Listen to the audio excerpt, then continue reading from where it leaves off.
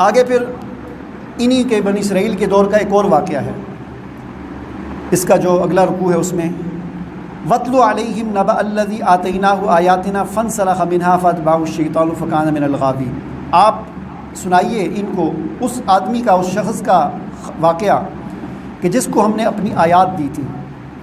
یہ ایک شخص تھا بنی اسرائیل کے اندر، بلم بن باورا اس کا نام تھا، نیک آدمی تھا، اور یہ جو قرآن نے کہا کہ ہم نے اس کو اپنی آیات دی تھی، اس سے پتہ چلتا ہے کہ شاید اس کو اللہ تعالیٰ نے کچھ کرامات بھی عطا کی تھی۔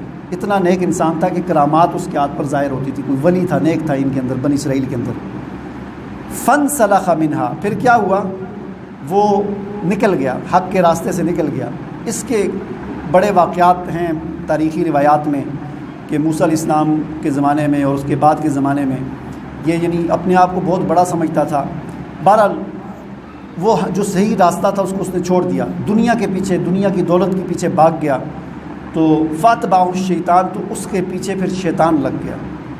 جب انسان ایک گناہ کرتا ہے تو شیطان کو آدمی کے پیچھے لگنے کا موقع مل جاتا ہے۔ اگر انسان گناہ کرنے کے بعد توبہ کرے تو انسان بچ جاتا ہے، لیکن توبہ نہ کرے تو شیطان کو موقع مل جاتا ہے کہ وہ اس انسان کو مزید بہکائے، پھر انسان سے دوسرا گناہ، پھر تیسرا گناہ، پھر چوتھا گناہ، اور پھر آگے آدمی بڑھتا ہی جاتا ہے، بڑھتا ہی جاتا ہے۔ پھر ایک وقت ایسا آتا ہے کہ ختم اللہ علی قلوبہم، دل مکمل سیاہ ہو جاتا ہے اور مور لگ جاتی ہے، پھر واپسی کا راستہ بند ہو جاتا ہے۔ اسی لیے ہمارے دین نے ہمیں یہ تعلیمات دی ہیں کہ گناہ کرنا ہی نہیں چاہیے، ہو جائے تو فوراً توبہ کریں، فوراً توبہ کریں، فوراً استغفار کریں، اللہ سے معافی مانگیں، اللہ مجھ سے گناہ ہو گیا مجھے معاف فرما، توبہ کریں۔ تو بہرحال یہ پہلے نیک انسان تھا، بڑا ولی تھا، کرامات تھی، لیکن دنیا کے پیچھے بھاگا، پھر شیطان اس کے پیچھے لگ گیا اور پھر اس کو اس نے بالکل ہی گمراہ کر کے رکھ دیا۔ اور آگے فرمایا کہ فَمَثَلُهُ كَمَثَلِ الْكَلْبِ إِن تَحْمِلْ عَلَيْهِ يَلْهَثْ أَوْ تَتْرُكْهُ يَلْهَثْ۔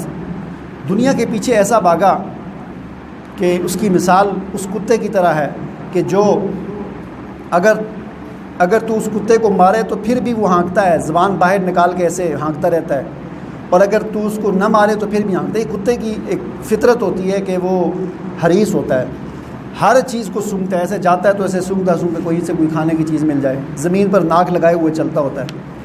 اور جو بھی چیز، اگر آپ اس کو پتھر بھی مارے نا تو پہلے بھاگے گا، پھر بعد میں آ کر اس پتھر کو بھی سونگے گا، شاید وہ کھانے والی چیز مجھے ماری ہوگی، اس کو بھی آ کر سونگتا ہے پھر۔ تو یہ حرص ہوتی ہے کتے کے اندر۔ اللہ تعالیٰ فرماتے ہیں کہ اس کی مثال اس کتے کی طرح ہے، اتنا حریص بن گیا اور اس نے پھر دین کا مقابلہ کیا، نبی کا مقابلہ کیا، اور اللہ تعالیٰ نے پھر اس کو بھی سخت ترین عذاب میں مبتلا کیا۔